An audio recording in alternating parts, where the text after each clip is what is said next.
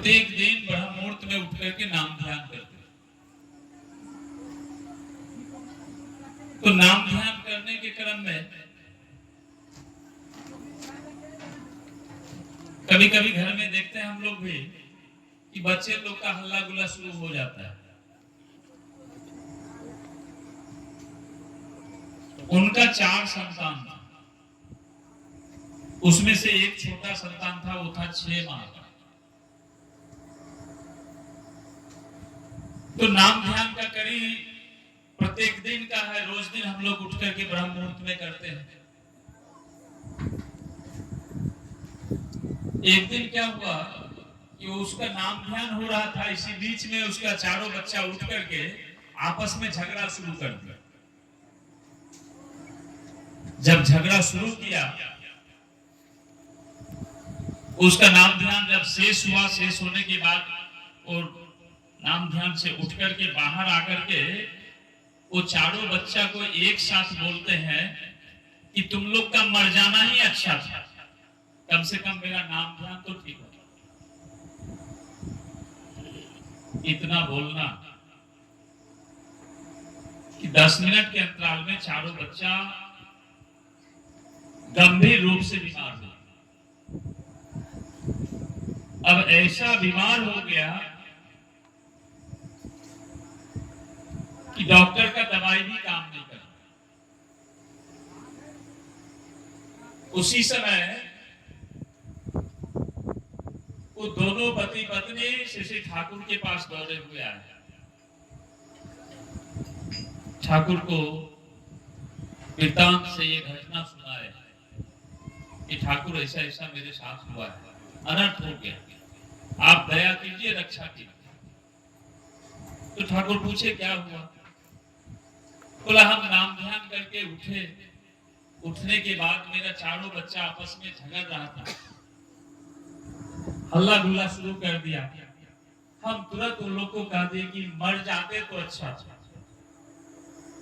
तभी ठाकुर बोलते हैं कि नाम ध्यान किसी का निष्फल नहीं जाता है, नाम का प्रभाव तो होके ही रहेगा। तुम्हारा चारों बच्चा चला जाएगा, क्योंकि नाम का प्रभाव पूरे संसार में है और मैं भी रक्षा नहीं कर सकूंगा। वो दोनों दंपति तो रोना धोना शुरू कर दिए ठाकुर के साथ। ठाकुर आप दया कीजिए, रक्षा कीजिए, किसी भी तरह से आप रक्षा कीजिए।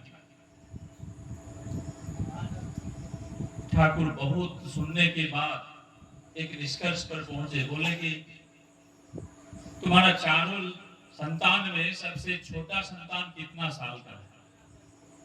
बोले ठाकुर 6 माह का है। बोला तब तो तुम्हारा लगाव उससे कम है, उसमें से किसी एक को तो जाना ही पड़ेगा, नहीं तो नाम का प्रभाव क्या होगा, निष्फल हो जाएगा।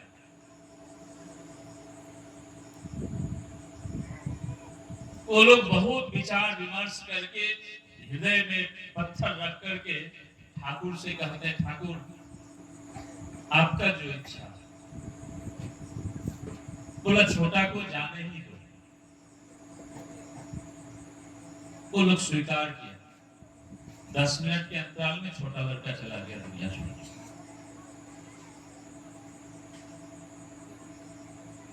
तभी ठाकुर बोलते हैं, सुनो, ये जो तुम लोग नाम ध्यान प्रार्थना इष्टभृति करते हो,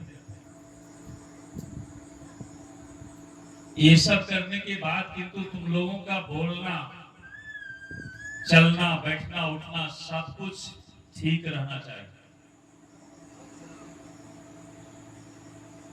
यदि ये ठीक नहीं हुआ तो अनर्थ भी हो सकता है। आज ऐसा ही हो रहा है। हम लोग भी क्या करते हैं, प्रत्येक दिन ठाकुर के पास बैठते, ईश्वर के पास बैठते, साधना करते हैं। ठाकुर जी सत्यानुसूल में लिखे हैं एक जगह पर, गुरु का आदेश पालन जहां पर सिद्धि आती है वहां पर। अर्थात जो लोग गुरु का आदेश पालन करते हैं नित्य दिन, सिद्धि वहीं पर जागृत होती है। और जब सिद्धि आएगी तो आप जिस जिसको जो बोलेंगे वो होगा। इसलिए सब समय क्या करना हम लोग को? सुवचन बोलना है, सुचिंतन करना है, सुप्रार्थना करना है ठाकुर के पास। ठाकुर जैसे सबका मंगल, यही प्रार्थना हम लोगों का है। इसलिए जितने लोग युक्त हैं, जैसे ठाकुर के पथ पर चलते हैं, एकदम एक एक चीज पर ख्याल रखना पड़ेगा। श्री ठाकुर जी इस बार कुछ भी नहीं छोड़े, सब कुछ सुंदर भाव से वो समझाए हम लोगों को। नहीं तो देखे ये नाम ध्यान का ही प्रभाव था जो अहिल्या पत्थर की हो गई।